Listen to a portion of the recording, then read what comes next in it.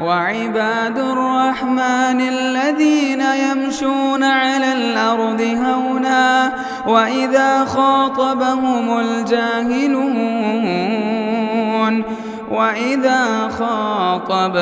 الجاهلون قالوا سلاما. السلام علیکم ورحمۃ اللہ وبرکاتہ. الحمد للہ رب العالمین والصلاة والسلام على سید الانبیاء والمرسلین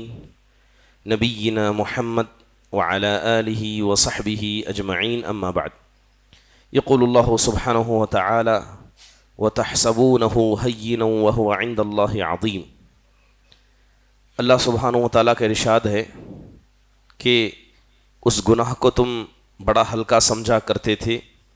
جبکہ وہ اللہ تعالیٰ کے نزدیک بڑا عظیم تھا. محترم حاضرین، بات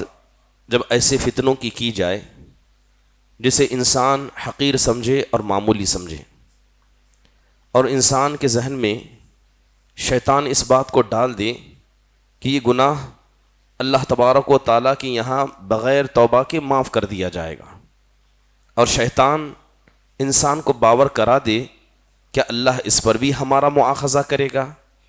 حقیقت میں یہ چھوٹے گناہوں کا فتنہ ہے، یا گناہوں کو حقیر سمجھنے کا فتنہ ہے. گناہوں کو حقیر سمجھنا اور گناہوں کو کچھ نہ سمجھنا، یا اللہ کے عذاب سے بچنے کے مسئلے میں مامون ہونا، حقیقت میں یہ انسان کو بربادی کے دہانے پر لے جاتا ہے. اللہ تعالیٰ نے ارشاد فرمایا فَمَنْ يَعْمَلْ مِثْقَالَ ذَرَّةٍ خَيْرًا يَرَهُ، کہ جو آدمی ایک ذرہ برابر بھی خیر کا کام کرے گا، چاہے وہ کام بڑا ہو یا چھوٹا، وہ اسے ضرور دیکھے گا. اور جو آدمی ذرہ برابر بھی غلط کام کرے گا، گناہ کا کام کرے گا، چاہے وہ چھوٹا ہو یا بڑا، وہ انسان اسے دیکھے گا. حضرت عائشہ رضی اللہ عنہا کہتی ہیں کہ اللہ کے نبی صلی اللہ علیہ وسلم نے مجھے نصیحت کی اور کہا یا عائشہ ایاک و محقرات الاعمال، کہا کہ اے عائشہ تم اعمال کو حقیر نہ سمجھنا، اس لیے کہ یاد رکھنا کہ کوئی بھی عمل چاہے اچھا ہو یا برا ہو، اللہ کی طرف سے ایک فرشتہ مقرر ہے جو اسے لکھ رہا ہے. حضرت عبداللہ بن مسعود رضی اللہ عنہ کہتے ہیں کہ جو لوگ گناہوں کو حقیر سمجھتے ہیں، صغیرہ اور کبیرہ میں فرق کر کے صغیرہ گناہوں کو انجام دیتے ہیں، ان کی مثال ایسی ہی ہے جیسے کہ ایک قوم سفر پر نکلی اور جا کر کسی وادی میں رک گئے.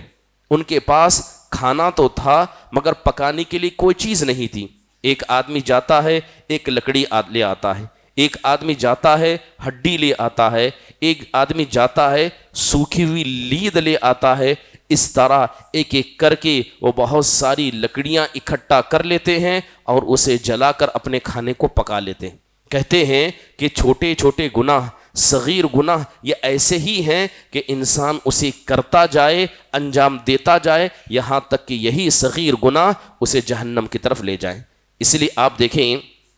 کہ سلف صالحین رحمہم اللہ علیہ اس فتنے سے بچنے کی تاکید کرتے اور کہتے کہ یاد رکھنا کہ بہت سارے صغیرہ گناہ ایسے ہیں کہ اگر اللہ نے انہیں معاف نہیں کیا تو اس کی وجہ سے بھی انسان جہنم میں جا سکتا ہے. حضرت ابو عبد الرحمن الحبلہ رحمہ اللہ کہا کرتے کہ جو آدمی کبیرہ گناہوں سے بچتا ہے اور صغیرہ گناہوں کو انجام دیتا ہے، اس کی مثال ایسی ہی ہے جیسے وہ جنگل میں چل پڑا، ایک درندے نے اس پر حملہ کیا، وہ درندے سے بچ کر نکل آیا، اس کے بعد گاؤں میں داخل ہوا، وہاں پر اونٹ کے ایک جوان بچڑے نے اس پر حملہ کیا، وہ اس سے بھی بچ گیا اور جا کر ایک درخت کے نیچے سو گیا جہاں اسے ایک چونٹی نے کاٹا. اس نے اسے بڑا معمولی سمجھا. اس کے بعد ایک بعد دیگر چونٹیاں آتی گئی، یہاں تک کہ انہی چھوٹی چھوٹی چونٹیوں نے اسے کھا کر ختم کر دیا. تو کہتے ہیں کہ جس طرح انسان کو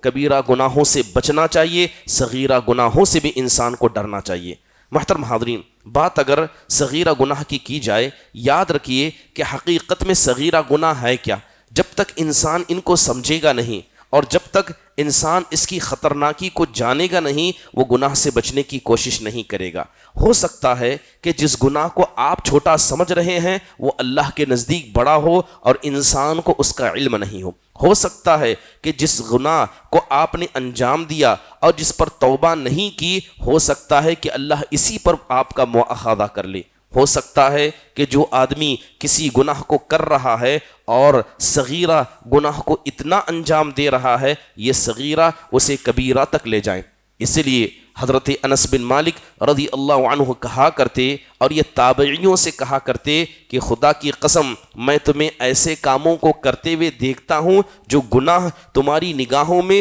بال سے زیادہ باریک ہیں، مگر انہی گناہوں کو اللہ کے نبی صلی اللہ علیہ وسلم کے زمانے میں ہم ہلاک ہونے والے گناہوں کو سمجھا کرتے تھے۔ حضرت عبداللہ بن مسعود کہتے ہیں کیا تمہیں پتا ہے کہ ایک مومن اور منافق میں کیا فرق ہے؟ مومن جب کسی گناہ کو کرتا ہے تو وہ اللہ سے ایسے ڈرتا ہے جیسے کہ وہ کسی پہاڑ کے نیچے بیٹھا ہے اور پتھر اب اور تب اس پر گر جائے گا، جبکہ ایک منافق گناہ کو کرنے کے بعد اتنا ہی معمون ہوتا ہے یا اسے اتنا ہی فرق پڑتا ہے جیسے کہ اس کے ناک پر کوئی مکھی بیٹھ گئی، اس نے اپنے ہاتھ سے ہلایا اور وہ مکھی اڑ کر چلی گئی۔ محترم حاضرین، سلف صالحین رحمہم اللہ چھوٹے گناہوں سے وہ عمومی طور پر گناہوں سے اس قدر ڈرا کرتے۔ حضرت انس بن مالک کہتے ہیں کہ جب یہ آیت کریمہ اتری اللہ تعالیٰ نے ارشاد فرمایا یا ایھا الذین آمنوا لا ترفعوا اصواتکم فوق صوت النبی، کیا ایمان والو تم اپنی آوازوں کو نبی کی آواز پر بلند نہ کرو، کیا تمہیں ڈر نہیں لگتا کہ اللہ تعالیٰ تمہارے اعمال کو برباد کر دے؟ جب یہ روایت حضرت ثابت بن قیس رضی اللہ عنہ نے سنی تو اپنے آپ کو گھر میں بند کر لیا، زار قطار رونے لگے اور اپنے گھر والوں سے کہنے لگے کہ جان لو کہ میں جہنمی ہو چکا ہوں، میں جہنمی ہو چکا ہوں۔ کئی دن تک جب گھر سے نہیں نکلے تو اللہ کے نبی نے حضرت سعد بن معاذ سے پوچھا کہ ثابت کا مسئلہ کیا ہے؟ تو انہوں نے جا کر معلوم کیا، تب بتایا اے اللہ کے نبی ان کی آواز بلند ہے، وہ بلند آواز رکھتے ہیں اور بسا اوقات جب آپ سے گفتگو کرتے ہیں تو ان کی آواز آپ سے بلند ہو جاتی ہے۔ جب سے اللہ نے آیت اتاری کہ نبی کی آواز پر اپنی آواز کو بلند نہ کرو، تب سے وہ اپنے گھر والوں سے کہہ رہے ہیں کہ میں جہنمی ہو گیا، میں برباد ہو گیا۔ تب اللہ کے نبی صلی اللہ علیہ وسلم نے کہا کہ جاؤ ثابت کو خوشخبری دو کہ وہ جہنمیوں سے نہیں بلکہ وہ جنتیوں میں سے ہیں۔ محترم حاضرین، عمار بن دادا رحمہ اللہ کے بارے میں آتا ہے کہ ایک مرتبہ انہوں نے امام کہمس رحمہ اللہ کو دیکھا اور کہا کہ یا ابا سلمہ اذنبت ذنبا۔ امام عمار سے کہتے ہیں کیا تمہیں پتا ہے کہ ایک گناہ میں نے کیا، وہ ایسا گناہ ہے کہ جس گناہوں کی مغفرت میں لگاتار اللہ سے 40 سال سے مانگ رہا ہوں کہ اللہ تعالیٰ مجھے معاف فرمائے۔ تو امام کہمس نے کہا کہ آخرکار وہ گناہ کیا تھا جس کی مغفرت کی دعا آپ 40 سال سے مانگ رہے ہیں؟ تو کہنے لگے کہ ایک مرتبہ میں نے ایک مہمان کو گھر میں کھانے کی دعوت دی، کھانا کھانے کے بعد مچھلی کی بدبو ہاتھ میں باقی تھی تو میں اپنے پڑوسی کے آنگن میں داخل ہوا، وہاں سے مٹی اٹھائی اور اس مٹی سے میں نے ہاتھ کو دھویا، جبکہ میں نے اپنے پڑوسی سے اس کی اجازت نہیں مانگی تھی اور وہ پڑوسی دنیا سے چلا گیا۔ کہتے ہیں کہ وہ گناہ مجھ سے ایسا ہوا کہ لگاتار 40 سال سے میں اس گناہ کی معافی اللہ سے مانگ رہا ہوں، ہو سکتا ہے کہ اللہ تعالیٰ مجھے معاف فرمائے۔ محترم حاضرین، سلف صالحین ایسے اعمال کو کبیرہ گناہ سمجھا کرتے تھے جسے انسان گناہ بھی نہیں سمجھتا، اور یہی معاملہ صحابہ اکرام رضوان اللہ علیہ اجمعین کا تھا۔ حضرت ابو بکر رضی اللہ عنہ کے بارے میں آتا ہے کہ جب وہ کسی پرندے کو اس ٹہنی سے اس درخت پر جاتے ہوئے دیکھتے تو کہتے کہ اے پرندے تو بڑا ہی نیک ہے، اے پرندے تیرے لیے مبارک بادی ہے کہ تو یہاں سے وہاں پھدک سکتا ہے، جو چاہے پھل کھا سکتا ہے، تو جب مر جائے گا نہ تیرا حساب ہوگا نہ تیرا کتاب ہوگا، تو بڑا کتنا اچھا ہے۔ حضرت عبداللہ بن مسعود کہتے ہیں کہ اگر مجھے جنت اور جہنم کے درمیان کھڑا کر دیا جائے، اگر مجھے جنت اور جہنم کے درمیان کھڑا کر دیا جائے اور کہا جائے کہ ان دو میں سے کسی ایک میں جاؤ یا تم مٹی بن جاؤ، تو کہتے ہیں کہ جنت میں جانے سے زیادہ میں جہنم سے ڈرتے ہوئے مٹی بننا پسند کروں گا،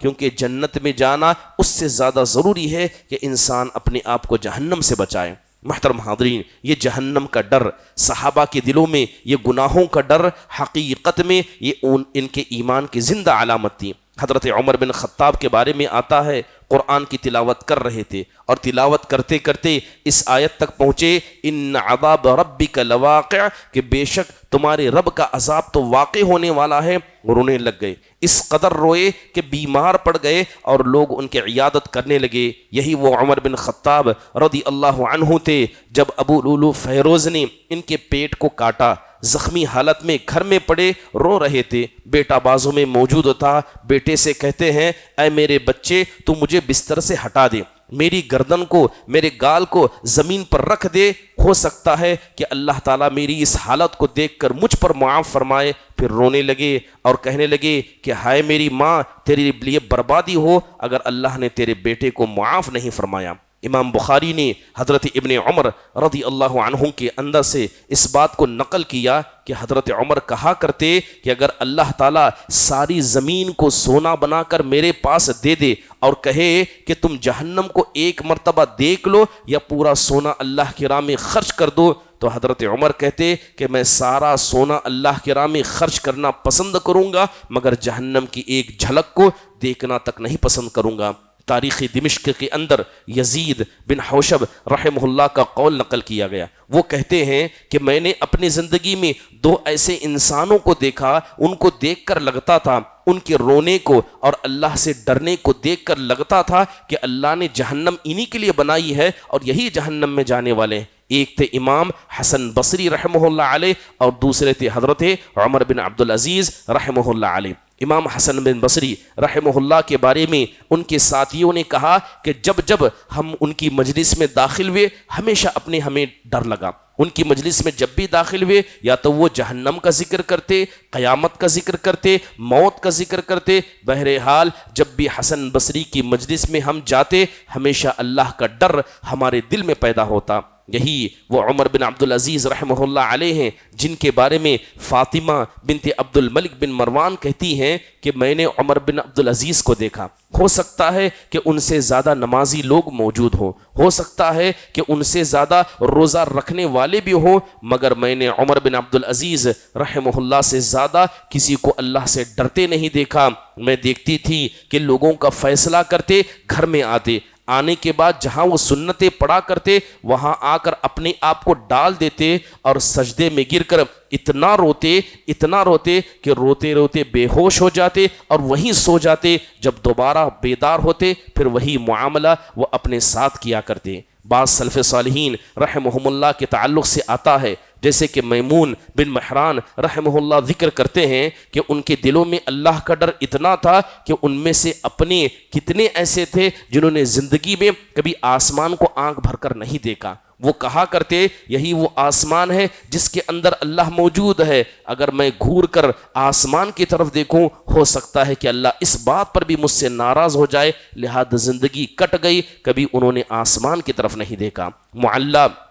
بن یزید رحمہ اللہ کے بارے میں آتا ہے کہ جب ان کی مجلس میں جنت کا تذکرہ کیا جاتا، جنت کے حوالے سے ذکر کیا جاتا، بالکل خاموش ہو جاتے۔ وقت کے بڑے امام تھے، ان سے کہا گیا کہ آپ وقت کے بڑے امام ہیں، جنت کا تذکرہ ہو رہا ہے، آپ اپنی زبان کیوں نہیں کھولتے؟ تو کہتے یاد رکھنا جنت تک پہنچنے کے لیے پہلے جہنم سے بچنا ہوتا ہے، اور وہ جہنم جس کا تذکرہ میں کرنے لگ جاؤں میں بیمار پڑ جاؤں گا، لہذا جنت کا میں تذکرہ اس لیے نہیں کرتا کہیں مجھے جہنم کا تذکرہ کرنا نہ پڑ جائے۔ امام مالک رحمہ اللہ کے بارے میں آتا ہے کہ جب ان کی زندگی کا آخری مرحلہ آیا وہ لوگوں سے کہا کرتے کہ اے لوگوں، کیا تم میں سے کوئی آدمی ایسا نہیں ہے کہ جیسے ہی رات ہو جائے وہ لوگوں کے درمیان جائے، گھروں کے سامنے جائے اور جا کر چلائے کہ آگ لگ گئی، آگ لگ گئی۔ جب لوگ اس سے پوچھیں کہ آگ کہاں لگی ہے، یہ مت بتانا کہ کسی کے گھر میں لگی ہے، بلکہ یہ بتانا کہ اللہ تعالیٰ نے جہنم کی آگ کو دہکا دیا ہے۔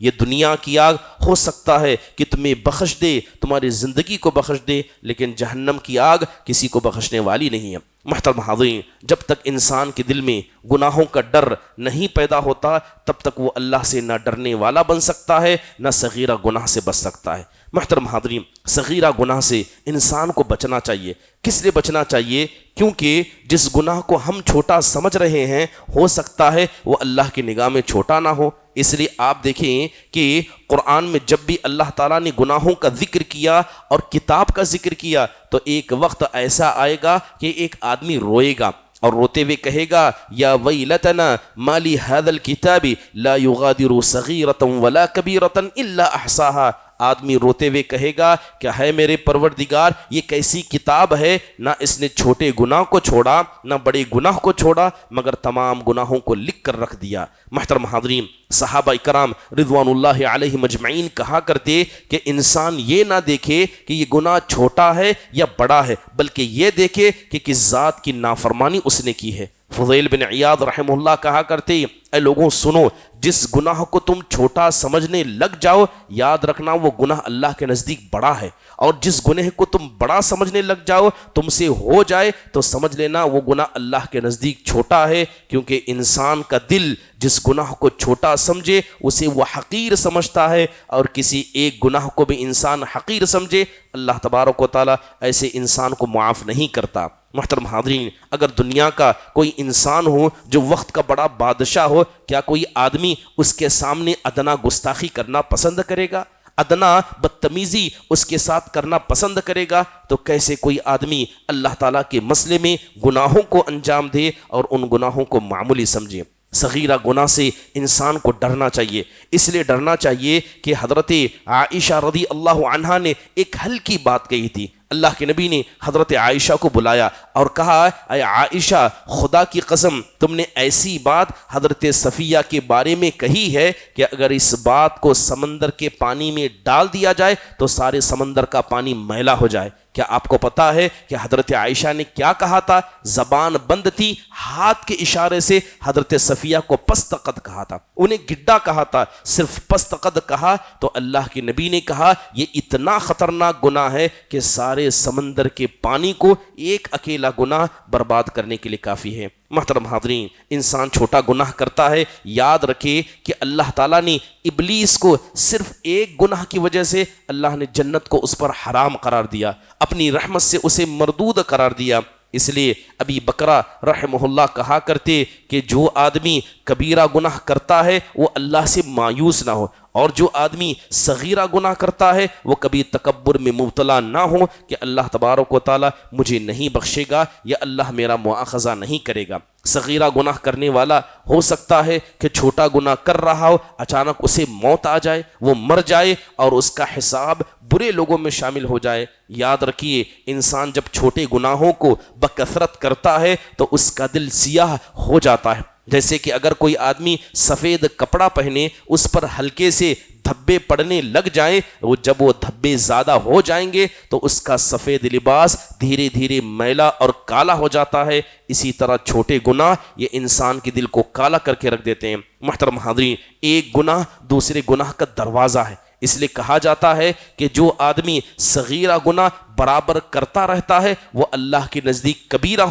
گناہ ہو جاتے ہیں۔ لہذا انسان کو اس سے اللہ سے معافی مانگنی چاہیے، اور خصوصی طور پر جو لوگ صغیرہ گناہوں کو بکثرت کرتے ہیں انہیں جاننا چاہیے کہ ایسے لوگوں پر اللہ توبہ کا دروازہ بند کر دیتا ہے۔ اللہ تعالیٰ سے دعا ہے کہ یہ جو صغیرہ گناہوں کا فتنہ آج لوگوں میں بڑا عام ہے کہ انسان گناہ کو گناہ نہیں سمجھتا ہے، نگاہوں کی حفاظت نہیں ہو پاتی ہے، دل کی حفاظت نہیں ہو پاتی ہے، زبان کی حفاظت اور روزے میں نہیں ہو پاتی ہے۔ بہرحال نہ انسان نہ اللہ تبارک و تعالیٰ کے مسئلے میں اس کا اطاعت گزار ہے، نہ اللہ کے بندوں کے مسئلے میں وہ خیر خواہ ہے۔ آخرکار کیسے کہ انسان امن کے ساتھ زندگی گزار سکتا ہے؟ جب تک انسان اپنے گناہوں پر ندامت اختیار نہ کرے، اللہ سے نہ ڈرے، اس کی کامیابی ناممکن ہے۔ اللہ تعالیٰ سے دعا ہے اللہ تبارک و تعالیٰ ہم سب کو صغیرہ گناہ سے بچنے اور گناہوں کو حقیر سمجھنے سے اللہ تعالیٰ ہم سب کی حفاظت فرمائیں۔ آمین۔ اقول قولی هذا واستغفر الله لي ولكم ولسائر المسلمین من كل ذنب فاستغفروا انه هو الغفور الرحیم۔ جزاکم اللہ خیر واحسن اللہ الیکم۔ السلام علیکم ورحمۃ اللہ وبرکاتہ۔ مسجد عباد الرحمن کے پلیٹ فارم سے ہونے والی دعوت و تبلیغ کے مشن کو آگے بڑھانے میں ہمارا بھرپور ساتھ دیں۔ علم و عمل سے ناطہ جوڑنے کے لیے اہل علم سے جڑیں۔ مسجد عباد الرحمن کے یوٹیوب چینل کو سبسکرائب کریں اور آگے شیئر کرنا ہرگز نہ بھولیں۔ فجزاکم اللہ خیرا۔